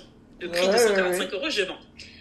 Après, j'ai dit, non, il y a des prévisions à 150. Ça va monter. J'ai annulé en place, j'ai dit non, je vais vendre à 150. Et après, j'ai pas vu le truc arriver, mais personne l'a vu. Le Covid arrive. Et là, chute. Et j'ai dit, purée, j'aurais dû prendre mon argent. Et du coup, je parlais avec une copine, une ancienne collègue. Elle me dit, truc, elle a perdu, elle a moins 15 000 euros sur son plan d'épargne d'entreprise. Je fais, non, c'est pas possible. Après, je vais regarder, je m'attends, on a le même plan d'épargne d'entreprise. Je regarde, je fais, en quelques jours. En fait, j'étais pas en négatif, j'étais pas en moins-value. Mais t'as quand même perdu. Ouais, j'ai grave baissé. En fait, j'avais 9 000 euros de plus-value et je suis passée genre à 2 000, tu vois. Ça avait grave baissé. Mais ça c'est ce sont les sommes que tu dis, ce sont des sommes. Attends, comment on dit ça? Non pas hors TVA, mais pas net d'impôt. Enfin, c'est du brut. Non, c'est net d'impôt. Arrête. Mais c'est parce que c'est justement. Tu sais que je vais me renseigner. Parce que justement, ces dispositifs-là, j'ai fait un épisode dans le podcast de Femmes Riches. Si, avec Vanessa. Ouais, ça a changé de nom. Du coup, c'est Vanessa Money Mindset. Il va sortir normalement au mois de mars, mais peut-être après, je sais pas. Mais j'avais fait un live sur Instagram, mais je l'ai supprimé sans faire exprès de mon compte YouTube. Oui, j'ai vu. Elle a posté un truc et t'as commenté en disant ça. Tu as supprimé. Ouais, j'ai dégoûté. Quand j'avais Instagram, j'ai téléchargé tous mes lives et je les ai mis sur YouTube et j'ai supprimé mon compte YouTube sans faire exprès. Donc, j'étais dégoûtée parce que j'avais plus de sauvegarde. Donc, peut-être que je referai. Non, mais tu sais que ton épisode avec Vanessa et Maëlisa, il est sorti, hein. Moi, je l'ai écouté. Oui, mais ça, c'est un ancien, mais là, il y a encore un autre. Ok, c'est bon, sur l'épargne salariale et sur l'actionnariat salarié, puisque là, il va y avoir la période de... là, il y a les entreprises qui commencent à verser des primes. Ok. Donc, les gens, ils savent pas trop, est-ce que je place? Est-ce que je fais quoi? Est-ce que je récupère? Donc, les gens se posent des questions. Et moi, je sais que j'ai des copines qui me posaient des questions parce que leur entreprise n'était pas capable de leur répondre. On leur disait, allez voir avec la banque. Et du coup, elles me demandaient à moi, mon entreprise propose des actions. Est-ce que c'est intéressant? Dis-moi, qu'est-ce que t'en penses? Et du coup, je dis, vas-y, envoie-moi les papiers. Et je regarde et je leur explique, tu vois. Parce que par exemple, j'ai une copine, elle est dans sa boîte depuis super longtemps. C'est une super boîte. Et en fait, je lui dis, mais l'actionnaire salarié, c'est ça. Elle m'a dit, mais depuis, je suis là-bas et tout, 7 ans, je sais pas combien d'années. J'ai pas utilisé. C'est ça que j'ai autour de moi. Là, dès ce soir, je me renseigne autour de tout le monde, mes frères, mes soeurs. Je connais pas le système en Belgique, mais moi, si tu veux qu'on se fasse une conférence avec les gens, c'est génial, je te jure. Non, mais quand j'écoute Vanessa et toi, je suis là, mais c'est pas possible. D'où elles sortent ces filles? C'est pas possible. Mais et le pire, c'est que vous racontez ça d'une façon tellement simple. Mais qu'on a c'est l'impression simple, que tout le en fait. monde peut comprendre. Enfin, oui, si je comprends, tout le monde peut comprendre. Tu mets de l'argent, ton entreprise Mais est complète. oui. Non, mais c'est trop bien, je te jure, c'est trop cool. Mais du coup, tu as Je suis arrivée par ce... tu as la newsletter, tu as le podcast, mais tu as aussi une entreprise. En fait, du coup, je reviens sur Oui. comment je suis arrivée à investir. C'est que moi, j'avais que mes livrets d'épargne et mon plan d'épargne d'entreprise dans Ok. l'action de la boîte dans laquelle je bossais. Donc, dans une seule action, j'avais mis tous mes investissements. Il faut pas faire. C'est pas du tout diversifié. Et du coup, après, j'ai débloqué l'argent. Mais tu n'avais pas le choix, vu que c'était l'argent de Non, dedans. c'est que je savais pas comment faire, en fait. Je savais pas comment investir. J'avais investi que dans cette société-là. Et alors que c'est pas bon, tu vois, faut investir dans plusieurs sociétés. Tu vas pas investir que chez Total, ou je sais pas qui. Il faut diversifier. Comme ça permet de diluer le risque. Et donc du coup, c'est comme ça que j'ai commencé. Ça m'a stressé et tout. Et justement pour éviter d'être stressé et de vendre au mauvais moment, parce qu'il faut jamais prendre panique et vendre vendre et acheter avec les émotions. Et du coup, j'ai commencé à me former. Le cœur qui bat. L'ennemi de l'investisseur, c'est lui-même. Hein. Oh oui, je sais. Les émotions. Et en réalité, j'ai commencé à me former comme ça, j'ai commencé à apprendre, etc. J'ai pris goût, j'ai adoré. Et c'est comme ça que j'ai créé mon compte Instagram. Après, à l'époque, j'avais aussi une newsletter et j'avais créé une formation, ça me prenait beaucoup de temps. Et finalement, j'ai arrêté tout ça pour me dire que je vais me reconcentrer sur du business autre. Et du coup, j'ai gardé que le podcast. Okay. Alors que le podcast, franchement, mon podcast, il existe depuis presque un an. Ça va faire, au mois d'avril, ça va faire un an. Mais je faisais qu'un épisode par mois. Parce que justement, j'avais trop de choses à côté et je ne pouvais pas m'engager sur plus, sinon j'aurais jamais sorti ce podcast. Okay. Et au final, quand j'ai décidé de laisser, de fermer Instagram, d'arrêter de vendre ma formation, etc., j'ai dit, bon, le podcast, j'ai envie de le garder. Je vais garder que le podcast parce que j'aime parler, j'aime échanger avec des gens. Ça me nourrit beaucoup. Et du coup, j'ai commencé à augmenter le nombre d'épisodes. Je suis passée de 1 à 2 et là, maintenant, à 3 épisodes. Et je fais de super rencontres. Et aussi, c'est formateur pour moi. Donc, voilà, aujourd'hui, je suis podcasteuse. Je promeus mon podcast sur LinkedIn. Parce que c'est une plateforme qui est moins oxygène et moins énergivore que les autres, je trouve. Et qui me convient bien. Voilà. Donc, j'avais déjà une audience sur LinkedIn, mais quand je faisais de la communication sur la rémunération, pour mon autre activité que j'avais suspendue à un moment. Voilà, j'avais déjà commencé à créer un petit public et du coup j'ai recréé un nouveau public pour la partie investissement et pour faire la promotion de ce podcast-là. Et puis ça marche bien parce que LinkedIn, il y a vraiment des opportunités, des demandes de partenariat. Je trouve mes invités dessus. Toi, tu m'as contacté sur LinkedIn. De toute façon, on peut pas me contacter autrement parce que je suis que là. J'ai un compte Twitter, mais je suis très inactive. J'y vais juste pour suivre certains contenus que je trouve de qualité, qui sont pédagogiques. Mais sinon, je suis que sur LinkedIn. Après, je fais ma promotion aussi sur WhatsApp, dans les statuts WhatsApp. C'est vrai. Mais ça, je fais ma promotion d'épisodes, mais après, ça, c'est mes proches, du coup, qui ont mon numéro de téléphone. Sur je fais un peu comme je peux. Les stories, les stories. Ouais, les stories WhatsApp. J'ai découvert ça il n'y a pas longtemps. C'est rigolo. C'est trop bien. Ouais. En fait, les gens ils me répondent et ils me disent je me posais la question, ça m'avait intéressé un moment, ou merci, tu m'as motivé et tout. Et en fait, ils m'écrivent et je me rends compte qu'au final, j'ai choisi ce média-là parce que je voulais me concentrer sur des médias ou sur des contenus pérennes, comme un blog, ou parce qu'à un moment j'ai voulu sortir un blog, mais j'ai un peu laissé tomber parce qu'il y a beaucoup de travail et ça faisait trop. C'est beaucoup de travail. Et on m'a conseillé de focus sur un truc, donc j'ai choisi le podcast, mais tu vois, un podcast, c'est pas éphémère, comme un post Instagram ou un post LinkedIn. Ça va continuer à vivre. Moi, il y a des gens qui écoutent encore les premiers épisodes. Exactement. Écoute, moi, je suis en train d'écouter tes premiers épisodes, donc c'est génial parce que même si un jour je décide de l'arrêter, il va continuer à vivre et il va continuer à aider les gens. C'est juste. Et du coup, ma mission, elle est accomplie. Ouais, non, ça c'est super ce que tu dis là. Et donc voilà comment je suis arrivée à l'investissement. et comment tu vois l'avenir? Comment tu vois l'avenir en tant que femme noire, jeune chef d'entreprise, enfin voilà. Alors là, j'ai décidé de passer plus dans du freelancing parce que j'ai un peu de mal encore à me dire je vais être salariée ou à trouver une mission parce que j'ai un projet que j'ai besoin de financer parce que j'ai fait pas mal d'erreurs dans l'entrepreneuriat où j'ai fait des mauvaises dépenses et du coup j'ai besoin de financer mon projet de reconversion. Oui. Et ce projet-là, je pense que ça va être ouf parce que ça va être pour moi, ça va être pour mon épanouissement personnel et de me dire que fais ce que tu as envie de faire et t'as mal fait d'écouter les gens, mais aujourd'hui tu rattrapes le truc pour pas avoir de regrets. Fais ce qui t'attire. C'est l'informatique, si t'aimes pas, tu feras autre chose. C'est l'informatique du coup. Ouais, c'est l'informatique. Ou chirurgie cardiaque. Coup, j'ai réfléchi... Non, c'est pas chirurgie. J'aurais pu, mais non, c'est pas ça. Et en fait, je me suis juste dit, ça m'attire, je veux le faire. Ouais. Ok. Parce que j'ai besoin de savoir, d'avoir la réponse. Est-ce que c'était ça qu'il me fallait? Ouais. Et derrière, moi, j'ai un projet depuis un moment, mais que je peux pas lancer encore. Mais en vrai, dès que je pourrai, je vais le faire. C'est un projet associatif. Je sais pas pourquoi ça m'est venu comme ça. Je crois que c'est aussi parce que j'ai besoin de dire que mon existence a un sens. Et du coup, ce projet il est en train de se transformer. Donc forcément, c'est à destination des jeunes filles, donc des jeunes filles en Afrique. Et je pense que moi, je trouve que c'est notre responsabilité aussi de me dire, moi, j'ai la chance d'être en France, d'avoir des bonnes conditions, de pouvoir suivre des études, mais j'ai envie de repartager. Et que aussi elle puisse repartager derrière, et que ça fasse un effet boule de neige. Oui, exactement. Et donc, du coup, je voulais ouvrir une association. Au départ, mon idée, c'était de fournir des cuvettes menstruelles. Parce que ça c'est génial. La précarité menstruelle, c'est compliqué. Et ça touche les jeunes filles qui ne peuvent pas aller à l'école à cause de ça. Donc, ça crée encore des inégalités. Deuxième chose, après, je me suis dit, mais en fait, on pourrait carrément donner des bourses et suivre l'étudiante jusqu'au bout et l'aider à financer ses études et tout. Parce que vraiment, le savoir, c'est primordial, c'est tout ce qu'il y a, en fait. Tout ce qu'on a, pour moi, si on a la santé et l'éducation, c'est bon. C'est bon. Mais on est béton, on peut tout faire. Il n'y a plus rien qui t'arrête, ouais.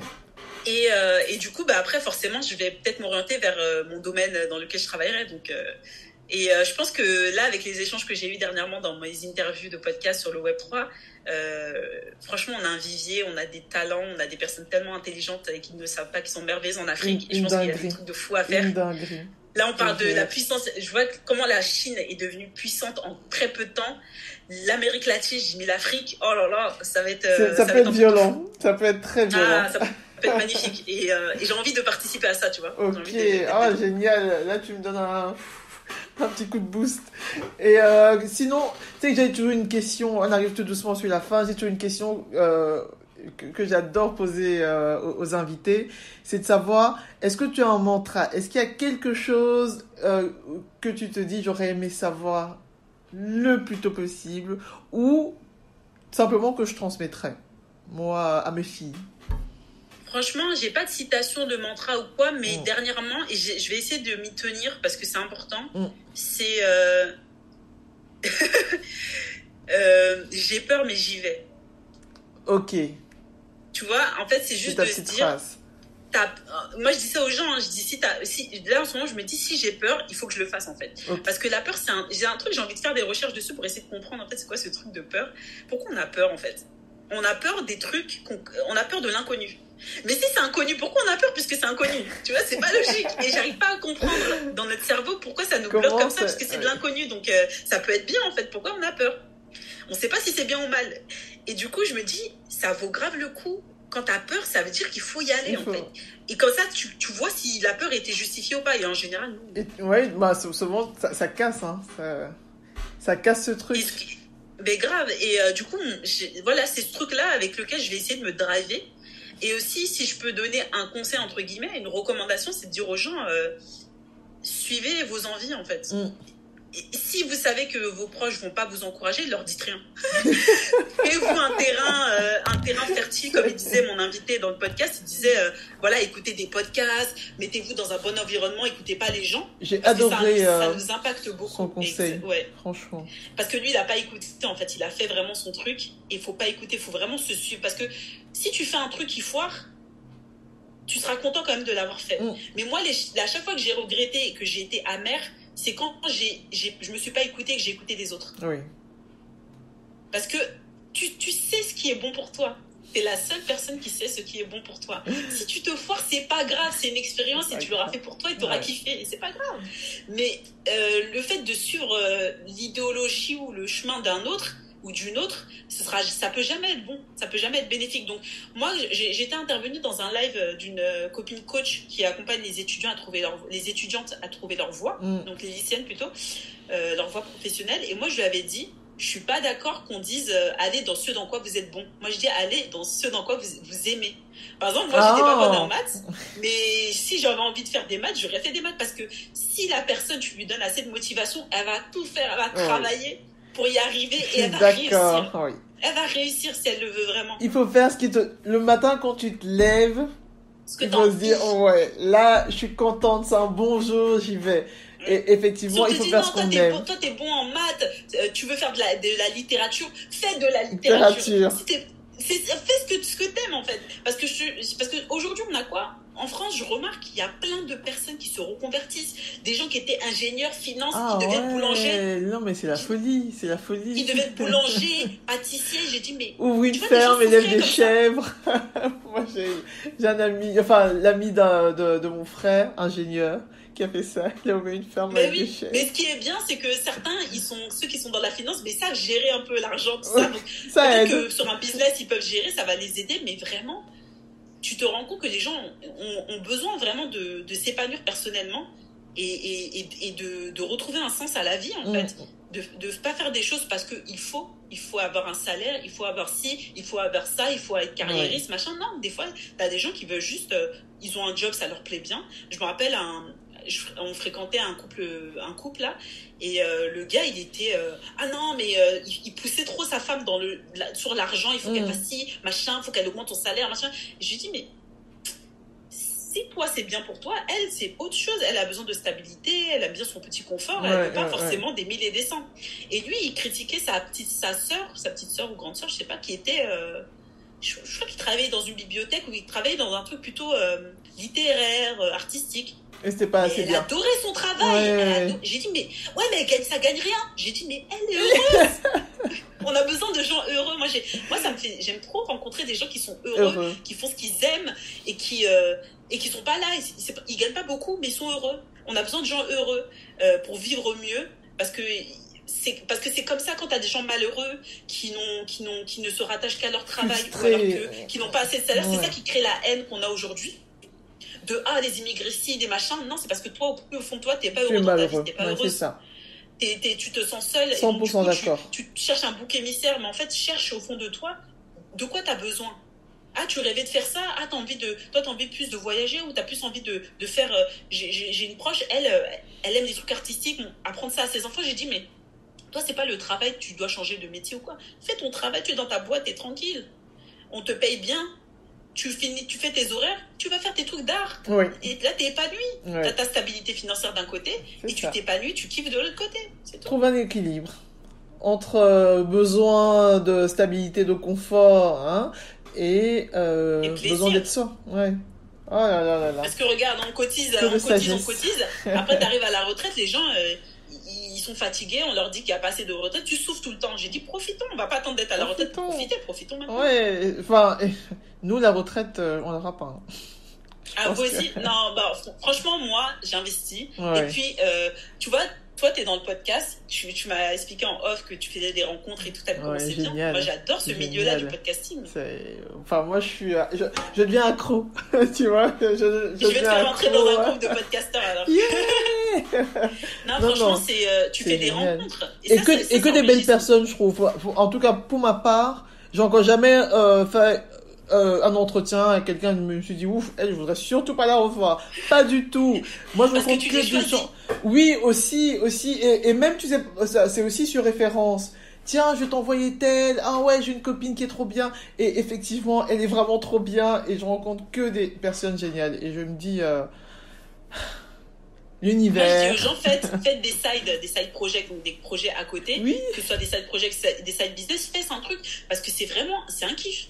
Regarde, là, tu vas devenir après de plus en plus expérimenté sur la technique du podcast, sur le fait de poser des interviews, de poser des questions, d'aller démarcher des gens, de faire de la communication pour promouvoir ton podcast. Démarcher des gens, ça c'est un truc.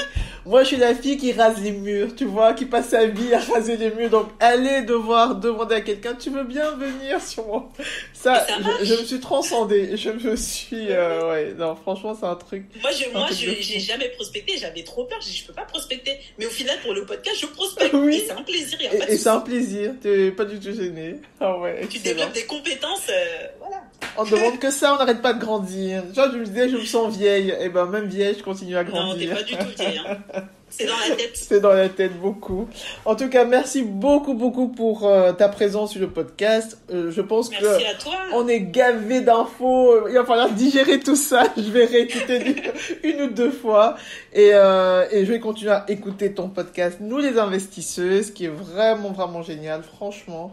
Et j'adorais parce que quand j'écoutais le monsieur avec les parkings, je me disais, mais c'est un homme quand même. Oui.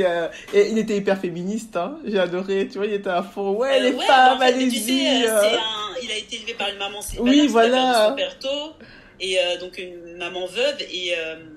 Et en fait, j'ai décidé de faire intervenir des hommes et je l'ai pris sur le volet parce que c'est des gens que je suis et dont je partage les valeurs, mais aussi parce que on a besoin aussi d'eux pour les rôles modèles, c'est bien, mais eux ils sont déjà dedans. Donc essayer de voir comment ils fonctionnent et se dire mais c'est un mec, mais au final je suis d'accord avec lui, on réfléchit pareil, il n'y a pas de différence au final. Oui, et surtout que le mec lui-même était à fond, allez les gars, allez-y, bougez-vous, et je crois qu'on a vraiment besoin de se tenir la main tous ensemble. Et donc ça c'était vraiment génial. Donc écoute, merci beaucoup, merci pour toutes les infos partagées avec beaucoup de générosité. Ça me fait du bien d'avoir parlé de tout ça. Ouais, non, moi j'ai... c'est aussi riche pour moi. Allez, c'est chouette. En tout cas, j'espère que les auditrices et les auditeurs vont apprécier autant que j'ai apprécié. Et vivement qu'on se retrouve sur d'autres plateformes pour d'autres aventures. Peut-être que je reviendrai après ma reconversion. Oh, qui sait, voilà. On a hâte. Belle journée. Au revoir, Johanna. Voilà les amis. J'espère que l'épisode vous a plu et que le podcast vous inspire autant que moi.